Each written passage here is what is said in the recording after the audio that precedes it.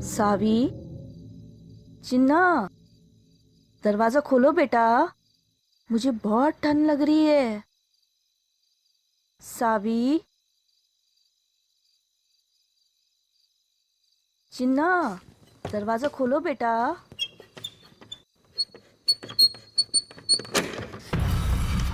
सावी, ये क्या कर रही थी तुम? दरवाजा क्यों खोल रही थी? हाँ? माँ, वो मैं दरवाजा बंद करती हूँ।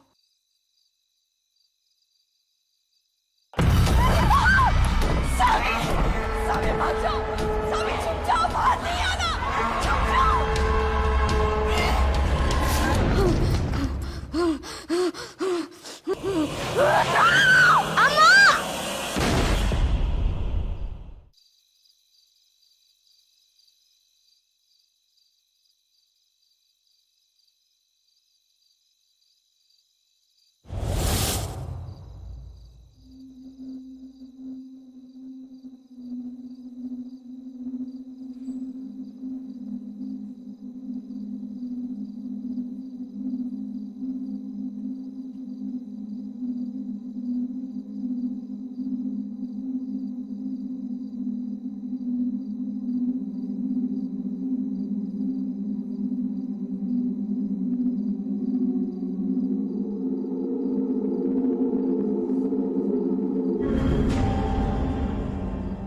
तुम अभी घर नहीं गई?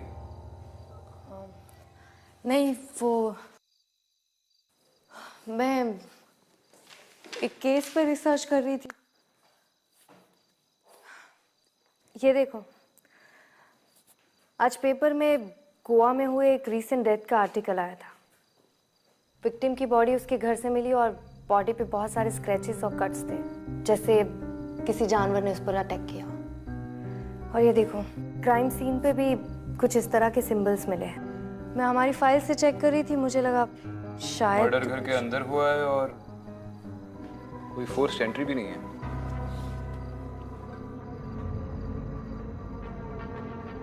और ये सिंबल्स सुबह की पहली फ्लाइट से निकलते हैं। We should check this out. मैं दत्त सर को इन्फॉर्म करता हूँ।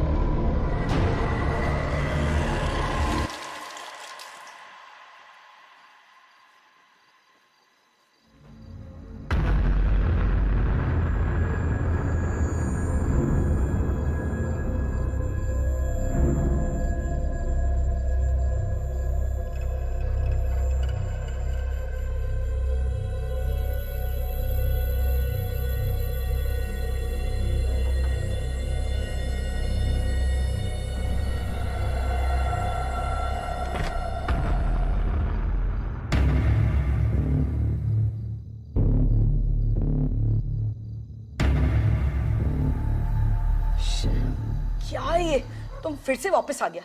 हम बोला था ना तुमको हमारे हाउस से दूर रहने का। तुमको थोड़ा भी शर्म नहीं आता है? पागल हो गया क्या तुम? पूरे कॉलोनी में अपनी बकवास लिखता रहता है। पता नहीं क्या है इस लेडी का, बता के छोड़ेगा। अब देखता है तुमको कॉलोनी से कौन बचाता है। मुंह देखता है। रीमा, रीमा क्या कर रहे हैं? देखो, ये मिटाओ मत। देख, वो डॉनी ने भी इसे मिटा दिया था, वो बच नहीं पाया, मर गया, वो मर गया। तुम मत मिटाओ इसे। व्हाट तुम कहना क्या चाहते हैं? डॉनी बॉस को तुम मारा, मतलब तुम हमको मारने का धमकी दे रहे हैं? वेट, कल हम पुलिस स्टेशन जाके तुम्हारे अगेंस्ट कंप्लेंट करवाएगा, फिर देखता है तुम हमको धमकी कैसे देते हो। रीमा मत, रीमा मत, रीमा।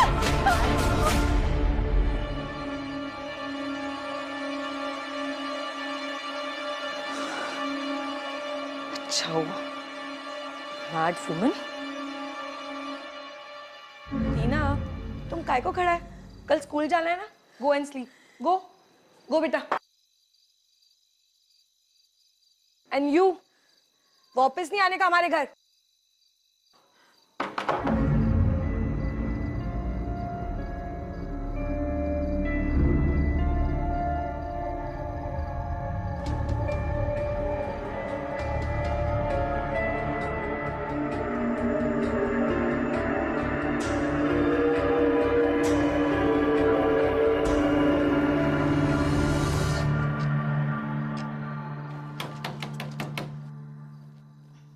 रॉबर्ट,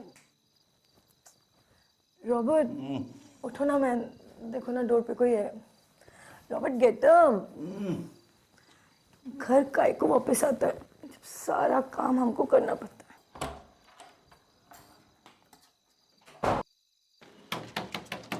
रीमा, कौन है? Who's there? रीमा मैं तुमसे बात करने आई हूँ। मुझे तुम्हें सॉरी बोलना है। प्लीज दरवाजा खोलो। फिर से वापस आ गया। आज इसको नहीं छोड़ेगा मैं। आज तो इसको बता के रहेगा। छोड़ेगा नहीं हम तो।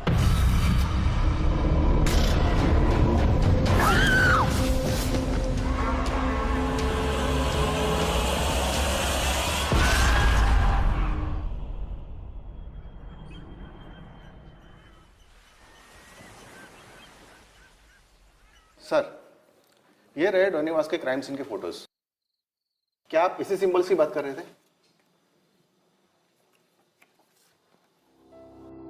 विक्रांत, ये सिंबल्स तो बिल्कुल अलग है।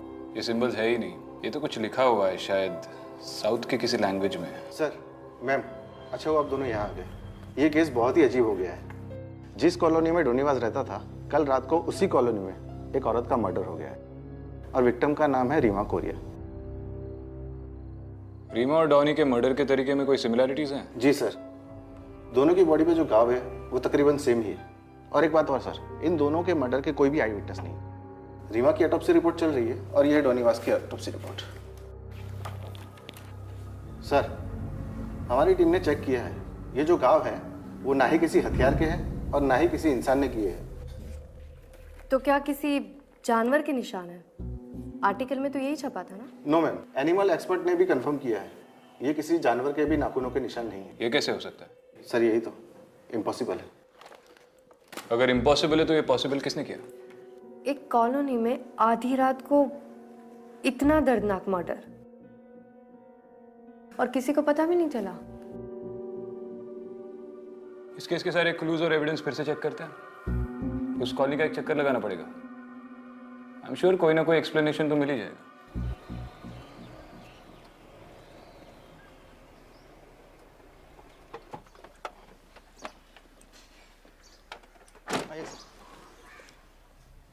यही है फर्स्ट विक्टिम डोनीवास का घर। उसका डेथ के बाद उसका पूरा फैमिली ये कंट्री छोड़ के चला गया है। कौन कौन थे उसकी फैमिली में? मैम, उसकी वाइफ कैरन और उसका बेटा गिलबर्ट। इस गिलबर्ट की उम्र क्या होगी? सर ये कोई 6-7 इयर्स। और घर में कहीं से भी फोर्स्ड एंट्री नहीं थी? No sir.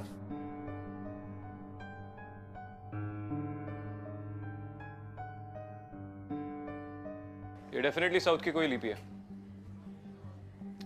सिंबल्स नहीं है। और तुमने देखा हर घर के बाहर ऐसा ही कुछ लिखा हुआ है।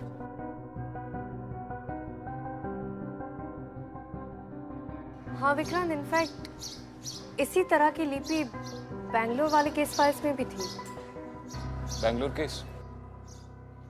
1919 के बैंगलोर मर्डर। उस वक्त भी क्राइम सीन पर इसी तरह की लिपि में कुछ लिखा मिला था। सर, और जितनी भी बॉडीज मिली उस पर क्लॉ मार्क्स थे, जैसे कि रीमा और डॉनी की बॉडी पर मिले। तो हो सकता है कि किलर ने फिर से अटैक करना शुरू कर दिया। Serial killings. सर यही है रीमा का घर।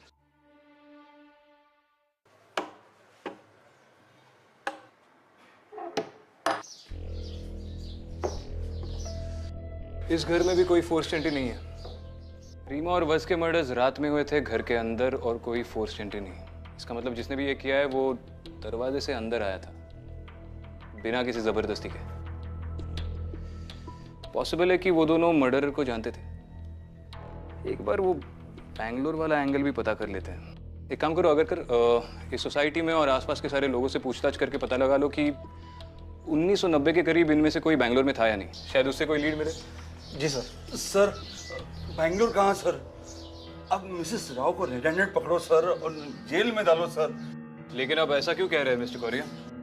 पूरी बात बताइए। Sir actually my wife Reema और मिसेस राव को है ना कल झगड़ा हुआ था। My wife told me sir, और I am very sure sir उसी ने मारा मेरी वाइफ को सर। ये मिसेस राव रहती कहाँ है? यही मैडम, यही है उसका घर।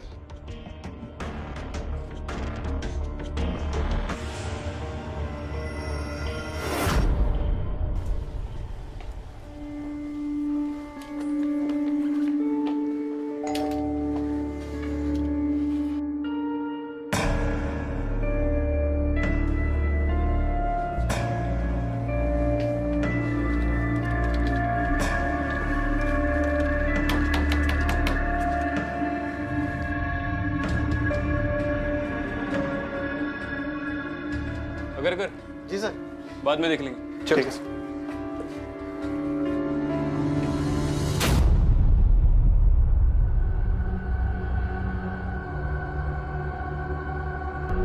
अदिति,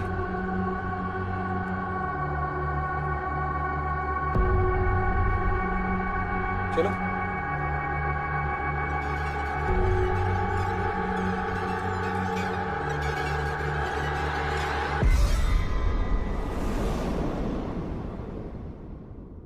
दरवाजा क्यों खोल रहे थे? मैंने मना किया था ना, दोबारा मत करना।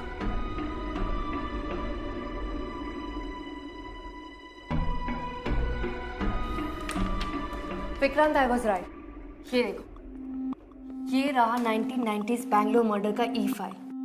ये किसी सी लिपि से जुड़ा हुआ है और तुम सही कह रहे थे, ये सिंबल्स नहीं है। कन्नड़ लैंग्वेज में लिखा हुआ एक वर्ड है नालेबा, जिसका मतलब है कल आना। नालेबा। नालेबा, नालेबा, नालेबा, नालेबा, नालेबा। 1993 के मर्डर्स के बाद बैंगलोर के लोग अपने घर के बाहर दरवाजे पे ये नालेबा लिखने लगे। उनको लगता था कि ऐसा करने से वो लोग बच जाएंगे, उनकी मौत टल सकती है। तो बैंगलोर के मर्डर्स का हमारे केस के साथ कनेक्शन है।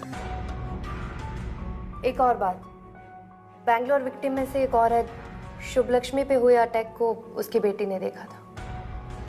उस 7 साल की बच्ची का नाम था सविता। ये रही उसकी फोटो।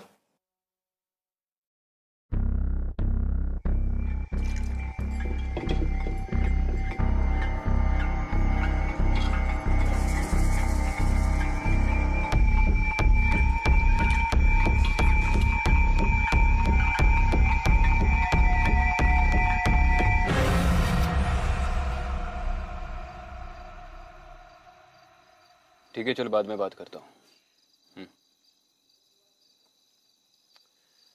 अगर बता रहा है कि 1993 में इस कॉलोनी में से सिर्फ मिसेस राव ही बैंगलोर में थी। शादी के पहले इसका नाम सविता आचार्य था। यही शुभलक्ष्मी आचार्य की बेटी है।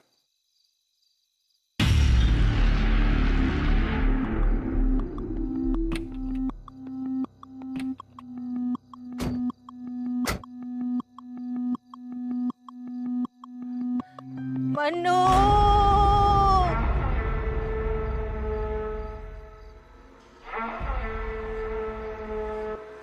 मन्नू,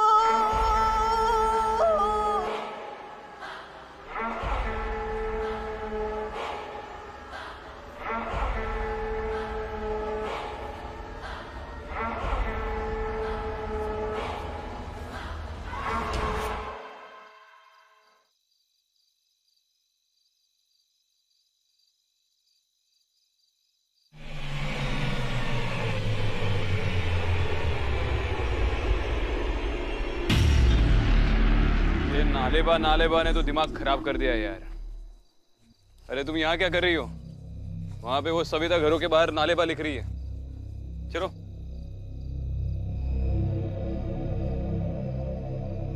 क्या हुआ? किसे ढूंढ रही हो? विक्रांत, अभी यहाँ पर एक औरत खड़ी थी, यहीं पर थी वो, एकदम बिल्कुल मेरे सामने थी मतलब कहाँ गई? वही तो, अचानक से कहाँ चली गई? वहम होगा तुम्हारा।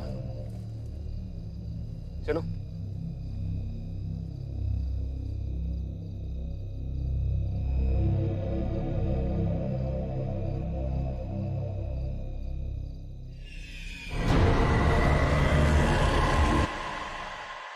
अखिल बेटा, तुम अंदर जाओ।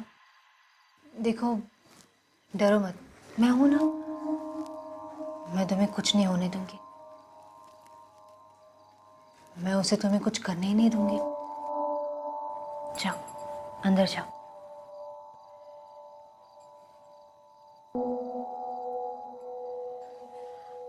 ऑफिसर, मैंने कोई गलती नहीं की है। हम ये नहीं कह रहे कि आपने कुछ गलत किया है, हम बस 2-3 सवाल पूछना चाहते हैं।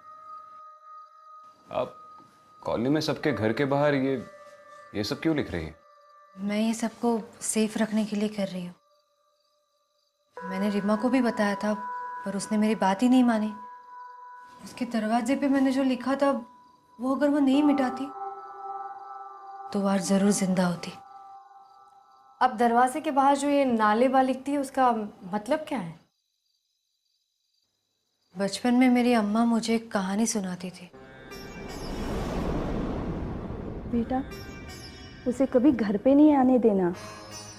पता है, जब वो जिंदा थी ना, तब वो बहुत बच्चों को खा गई थी, लेकिन अब वो वापस भूत बन के आई है, और वो भी 30 साल बाद। अगर तुमने उसे वापस आने दिया घर पे, तो वो तुम्हें भी खा जाएगी। ऐसा क्यों अम्मा? पता नहीं बेटा, कहते हैं कि कुछ साल पहले उसका बेटा गुम हो गया था, फिर वो पागल हो गई, लेकिन अब वो वापस आके सबके घर में जाती है और पूछती है कि मेरा बेटा है क्या, और अगर किसी ने मना कर दिया तो वो उन्हें मार देती है। लेकिन बेटा, तुम इस सब से बच सकती हो। अगर वो आए ना, तो तुम कह देना नालेबा, ठीक है बेटा? मैंने कभी सोचा नहीं था कि मेरी अम्मा की कही वो कहानी एक दिन सच निकलेगी, कि वो एक कहानी मेरी जिंदगी की सबसे दर्दनाक सच्चाई बनेगी।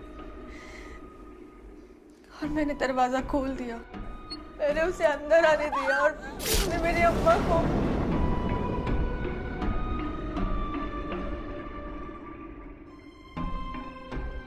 सॉरी सविता, पर क्या आप हमें बता सकती है, जिस दिन आपकी माँ पर अटैक हुआ था, तब आपने उस औरत को देखा था?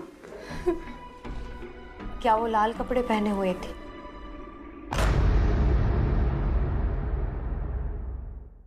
हाँ, उस दिन मैं तो बच गई, पर वो मेरी अम्मा को ले गई। उसके बाद मेरे अप्पा ने मुझे वहां से दूर भेज दिया, पहले मुंबई, फिर यहाँ। पूरी जिंदगी में बस उसके डर में जीती रही, और अब वो वापस आ गई है। हर रात मुझे उसकी आवाज सुनाई देती है। वो यहाँ दरवाजे के बाहर मेरा इंतजार करती है। मैं अगर दरवाजे के बाहर नालेबा ना लिखूं ना, तो मुझे जिंदा नहीं छोड़ेगी, मार डालेगी मुझे। इसलिए मैं। सविता, अगर वो आपको मारना चाहती है, तो फिर आपके पड़ोसियों पर क्यों हमले हो रहे? पता नहीं, पर उस वक्त भी ऐसे ही हुआ था। उसने सिर्फ मेरी अम्मा पर हमला नहीं किया था, बाकी कई लोगों पे किया था, छोटे बच्चों पे भी किया था। तभी मेरे अप्पा ने सबको बताया कि अगर हम घर के बाहर नालेबा लिखेंगे तो वो हमें तकलीफ नहीं पहुंचाएगी, वो हमें नहीं मारेगी। सबने वैसे ही किया, सबने अपने घर के बाहर नालेबा लिखा, और फिर वो हमें तकलीफ देना उसने बंद कर दिया। वो हादसे भी बंद हो गए। तो दरअसल रीमा की जान बचाने के लिए आप उसके घर के बाहर ये सब लिख रही थी? हाँ,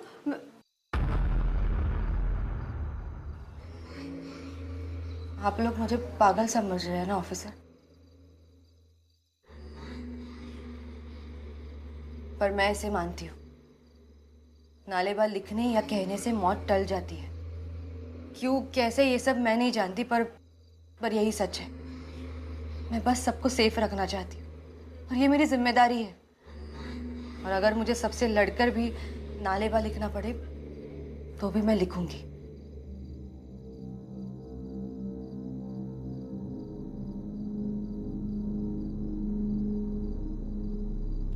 लेकिन आपके अप्पा को कैसे पता चला कि नालेबा लिखने से आप बच सकती हैं?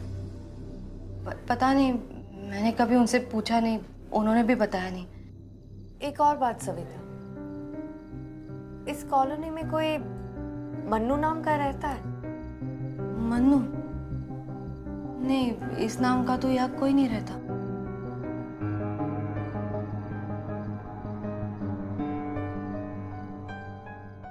अगर नालेबा की बात सच है तो उसके बारे में कुछ ना कुछ आर्टिकल्स, रिसर्च रिपोर्ट हमें बैंगलोर की 90s की केस फाइल से मिल ही जाएंगी।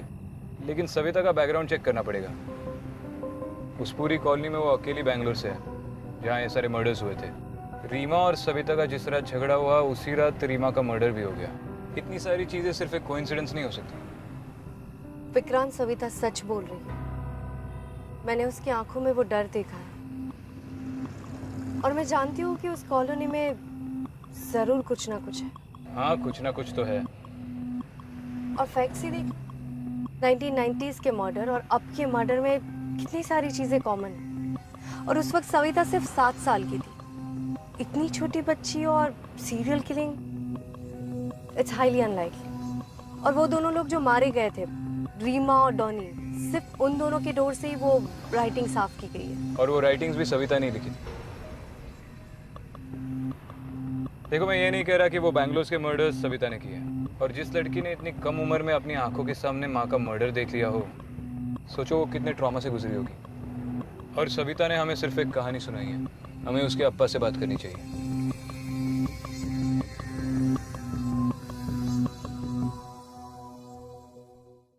ये देखो विक्रांत, 1963 में मन्नू नाम के लड़के की मिसिंग रिपोर्ट है और रिपोर्ट उसकी माँ लाली ने वहां के जमींदार के खिलाफ लिखवाई है। That's it? और कोई इन्फॉर्मेशन तो है नहीं? बच्चा मिला या नहीं, या फिर फैमिली से रिलेटेड कोई इन्फॉर्मेशन? आई थिंक हमें बैंगलोर से 1963 से लेके 1993 तक की मन्नू, लाली और जमींदार से रिलेटेड फाइल्स मंगवानी चाहिए। मंगवा लो।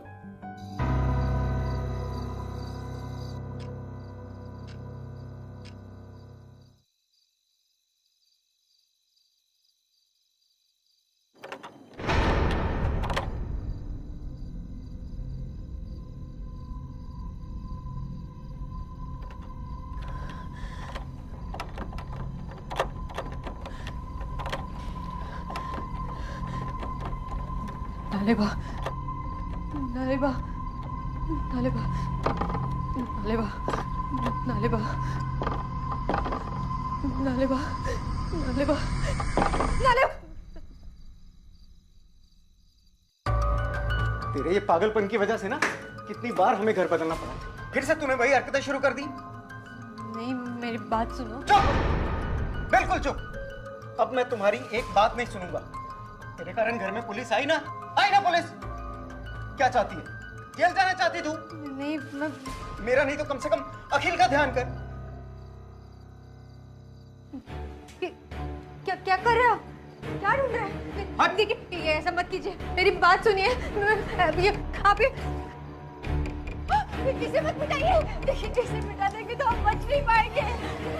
कितना छोटा है, अगर हमें कुछ हो गया तो अरे हाँ, क्या होगा? सुनिए मेरी बात, मत मिटाइए इसे। रुकिए। बस सविता, चुप। मुझे पता है कि मुझे क्या करना है। तुम जाके अपना काम करो। जाके अखिल का ध्यान रखो। देखिए, कहा ना जा अंदर।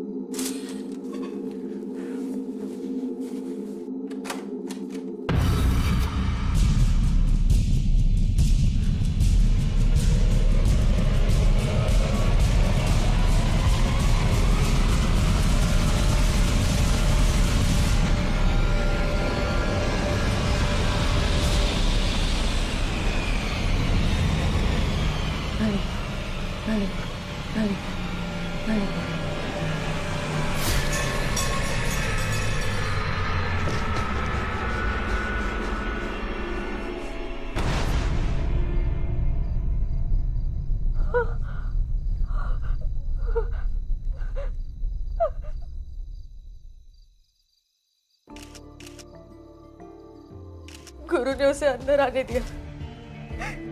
गुरु ने उसे हमारे घर के अंदर आने दिया। गुरु ने तो उन अक्षरों को भी मिटा दिया जो हमारे रक्षा कर रहे थे। एक बार भी अखिल के बारे में नहीं सोचा। उसे अंदर आने दिया गुरु ने। गुरु, गुरु,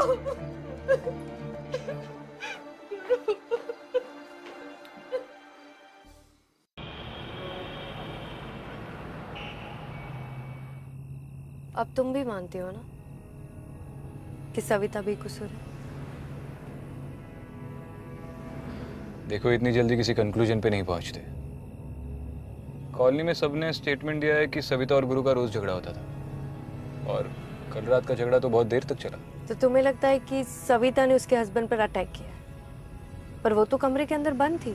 लेकिन अब तक उन्हीं लोगों पर अटैक हुआ है जिनका सविता के साथ झगड़ा हुआ था। और डॉनी? तुम्हें कैसे पता कि डॉनी के साथ उसका झगड़ा नहीं हुआ था? शायद उस बात का किसी को पता ना चला। और तुम्हें सच में लगता है कि अपनी दरवाजे की दीवार से नालेबा हटाने की वजह से इन लोगों की मौत हुई है? आई नो ये अजीब है, पर पिछले कुछ महीनों में हमने ऐसी बहुत सारी चीजें देखी है जो समझ से परे है। तो हो सकता है कि सविता की... देखो अदिति, मैं मानता हूँ कि पिछले कुछ महीनों में हमने काफी अजीब चीजें देखी हैं, लेकिन हम हर केस को शुरू से इस नजरिए से नहीं देख सकते। दुनिया में नॉर्मल क्राइम्स, नॉर्मल क्रिमिनल्स भी होते हैं।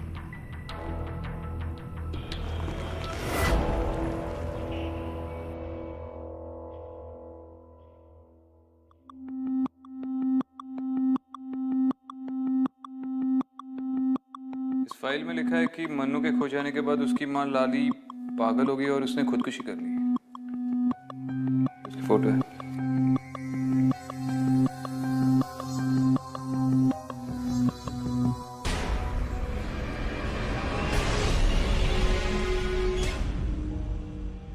ये तो वही औरत है विक्रांत, जिसे उस रात मैंने देखा था। और ये देखो, इसमें लिखा है कि 1993 में सविता की मां के साथ उसकी 2 कजिन्स की भी डेथ हुई थी। सविता तीसरी बच्ची थी जो अटैक के बाद भी बच गई।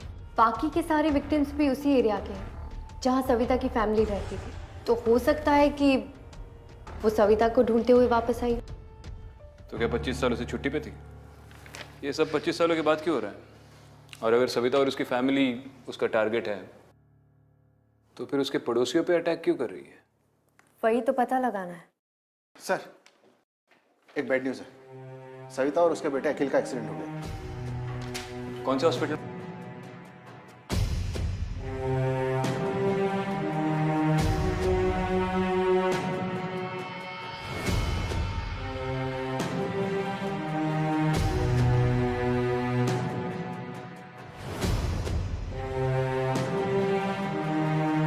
इस एरिया में एक्सीडेंट हुआ है, मुझे उसके डिटेल्स चाहिए।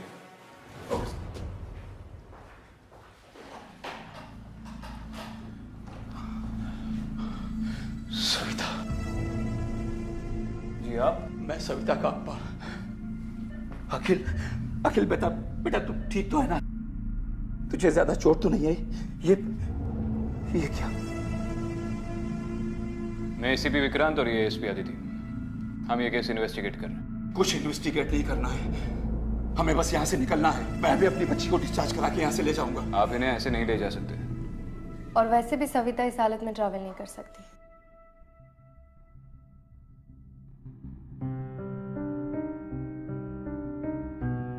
मुझे यहाँ बहुत पहले आ जाना चाहिए था। सविता ने तो मुझे गुरु के बारे में भी कुछ नहीं बताया। वो तो पुलिस स्टेशन से फोन आया तब मुझे पता चला। सविता और अखिल को अगर कुछ हो गया तो मैं जी नहीं पाऊंगा। मुझे उन दोनों को यहाँ से दूर ले जाना होगा। दूर जाने से कुछ नहीं होगा मिस्टर राजा, ये आपको भी मालूम है। अगर कुछ होता तो सविता के इतने बार घर बदलने से प्रॉब्लम ही सॉल्व हो जाती। देखिए, इन अटैक्स को रोकने के लिए यहीं रुककर उसका सामना करना होगा। एंड आई एम श्योर आप इसमें हमारी मदद कर सकते हैं। क्या करना होगा मुझे? आप किसी मन्नू को जानते हैं? उसकी माँ का नाम लाली। मुझे हमेशा से ही लगता था कि लाली वापस आएगी, पर मैं किससे कहता? कौन विश्वास करता है इन सब बातों पर? मुझे डर था कि वो अपने बेटे को ढूंढते हुए जरूर आएगी। मन्नू के साथ जो हुआ बहुत बुरा हुआ। काश मैंने उस वक्त कुछ किया होता तो आज मेरी बेटी की जिंदगी और उसका परिवार बच जाता। मिस्टर आचार्य, प्लीज हमें पूरी बात बताइए। मन्नू के साथ हुआ क्या था? मन्नू अपने पिता की उधारी चुकाने के लिए हमारे घर पर काम किया करता था। मेरे अप्पा बहुत क्रूर थे। मन्नू 7 साल का था। अप्पा घर का सारा काम उससे करवाते थे। बीमार पड़ गया बच्चा। मन्नू की माँ मन्नू को ले जाने के लिए रोज हमारे घर आती थी, पर मेरे अप्पा कोई ना कोई बहाना बनाकर उसे रोज भेज दिया करते थे, ये कह के कि कल आना। मन्नू की माँ ने मन्नू को बचाने के लिए बहुत से लोगों से मदद मांगी, लेकिन अप्पा के डर से किसी ने मन्नू को बचाने की कोशिश नहीं की। और एक दिन अचानक मन्नू गायब हो गया। मन्नू, मन्नू, मन्नू! फिर मन्नू कभी मिला ही नहीं? नहीं, पर मेरे अप्पा के आखिरी दिनों में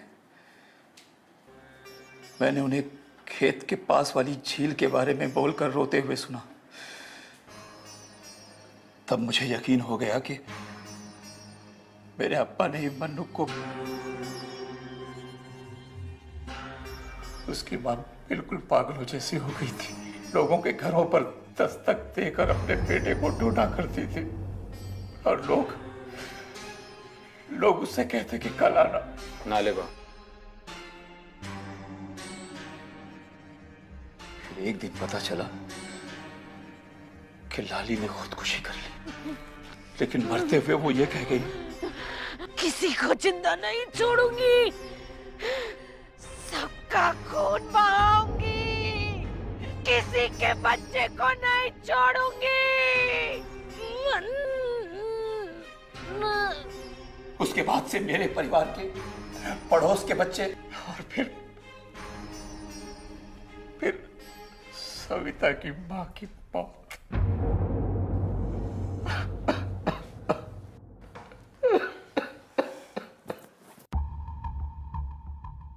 चलिए मिस्टर आचार्य, मैं आपको घर छोड़ देता हूँ। यहाँ डॉक्टर्स है, आदिति है। जैसे ही सविता को होश आएगा ये हमें कॉल कर देंगे। नहीं, मैं अपनी बेटी को छोड़ के कहीं नहीं जाऊंगा। वो फिर आएगी। मैं कहीं नहीं जाऊंगा। मिस्टर आचार्य, मैं हूँ यहाँ सविता के साथ। आप लोग घर जाकर आराम कीजिए। वैसे भी अखिल बच्चा है, यहाँ उसका हॉस्पिटल में रहना ठीक नहीं है।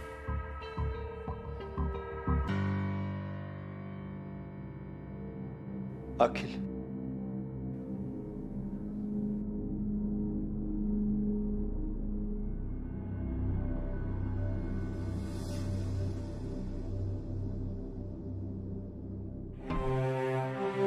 सही, आप क्या कर रहे हैं? आप वहाँ पे लिख नहीं सकते? नर्स,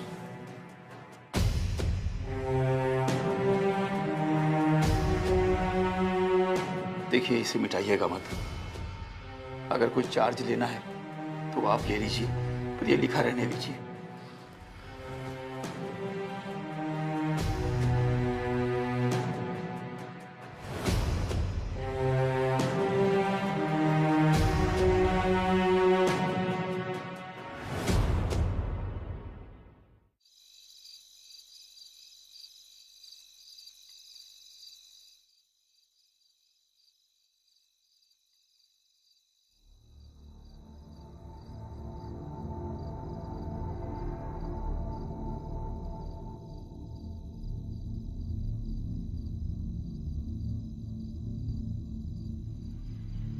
हाँ आदिति, इन केस फाइल्स में से एक केस मन्नू से मैच कर रहा है। इसके सारे डिटेल्स सविता के अब्बा के वर्जन से मिलते हैं। 1963 में मन्नू के गायब होने के कुछ 10 दिन बाद जमींदार आचार्य के घर के नज़दीक बहती झील में से एक 6-7 साल के बच्चे की बॉडी मिली थी। जब ये बॉडी मिली थी तब तक मन्नू की माँ लाली ने आत्महत्या कर ली थी और बच्चे की बॉडी पहचानने या उसे क्लेम करने कोई भी सामने नहीं आया। आई थिंक ये मन्नू ही था। हाँ विक्रांत, पर हम लोग अभी भी कुछ मिस कर रहे हैं। इतने सालों बाद ये सब कुछ क्यों? सविता ने ऐसा क्या किया जिसकी वजह से लाली उसे फिर से ढूंढ पाई? क्या वो अकील को छोड़ो, मेरे अकील को छोड़ो। नालेबा, नालेबा, नालेबा। विक्रांत, अखिल, जब मन्नू 7 साल का था तब वो गायब हो गया था, और ये रीमा और डॉनी के बच्चे भी 7 साल के हैं। तो जिनके घर में बच्चे हैं वो उन पे ही अटैक करती है। इतना ही नहीं, जब सविता और उसकी माँ पर अटैक हुआ था तब सविता भी 7 साल की थी। आई थिंक जिस उम्र में मन्नू गायब हुआ था उस उम्र से ज्यादा ये लाली इन्हें जीने नहीं देगी, यानी कि 7 साल। जब सविता 7 साल की थी तो उसकी माँ ने उसे बचा लिया, उसके बाद से सारे अटैक बंद हो गए। पर अब अखिल 7 साल। विक्रांत, अखिल 7 साल का है, शायद ये अटैक उसकी वजह से तो नहीं हो रहे। ये जो कोई भी है सविता के लिए नहीं है, अखिल के लिए वापस है। Vikrant, be careful. I am sure वो वहां आएगी। वही तो मैं भी चाहता हूँ। मैं भी वहां पहुंचती हूँ।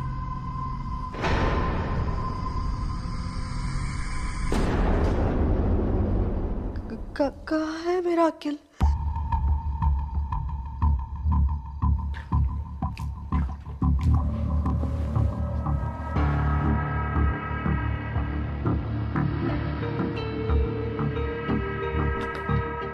आइए मैम, गाड़ी रेडी है। आराम से, आराम से।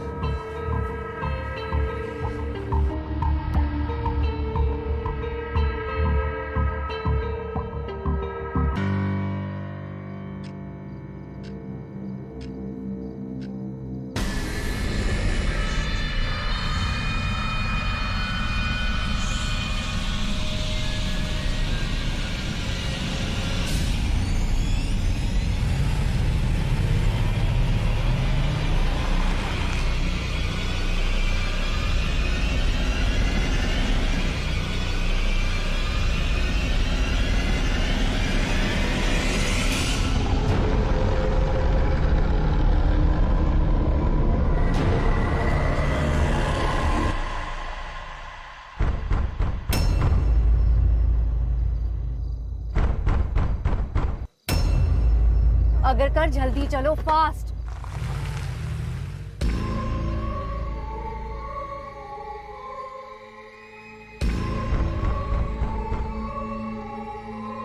अखिल,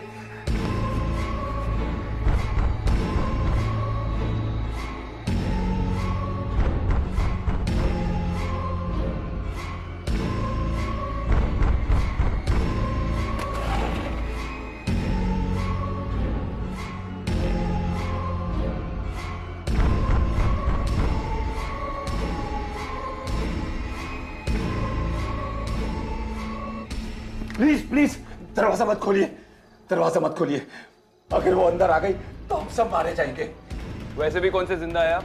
आज तो ये प्रॉब्लम खत्म ही करनी पड़ेगी। देखिए, ये गलती गुरु ने की थी, प्लीज आप बात समझ नहीं रहे हैं। मेरी चिंता भले ही मत कीजिए, अखिल का सोचिए। क्या हुआ? मैम, गाड़ी बंद पड़ गई।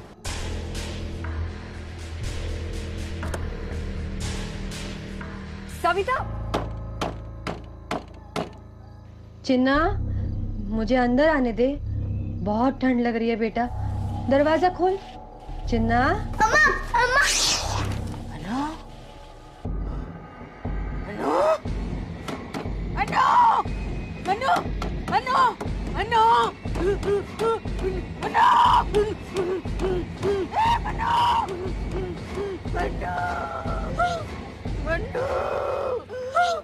अखिल, अखिल दरवाजा मत खोलना।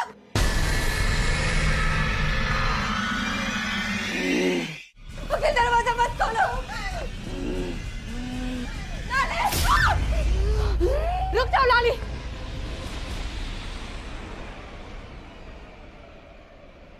ये सब करने से तुम्हारा मन्नू वापस नहीं आएगा। तुम्हारा मन्नू दूसरी दुनिया में जा चुका है। लाली, तुम्हारा मन्नू मर चुका है।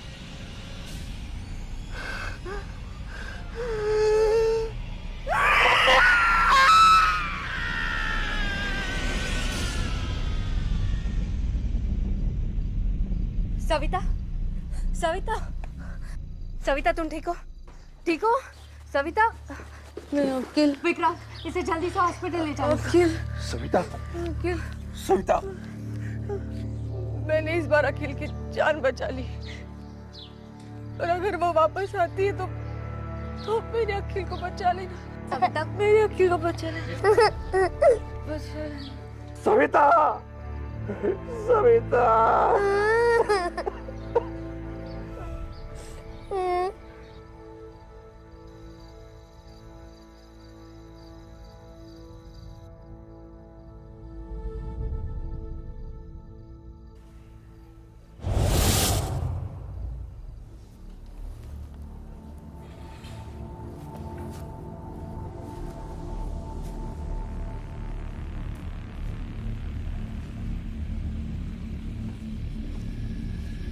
कॉफी? क्या सोच रही हो?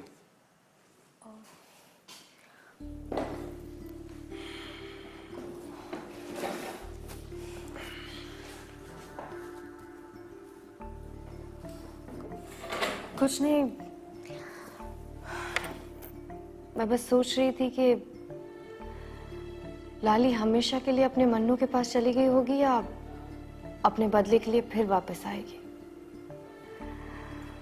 मुझे कहीं ना कहीं डर है कि उसका साया अखिल के परिवार पर हमेशा मंडराता रहेगा।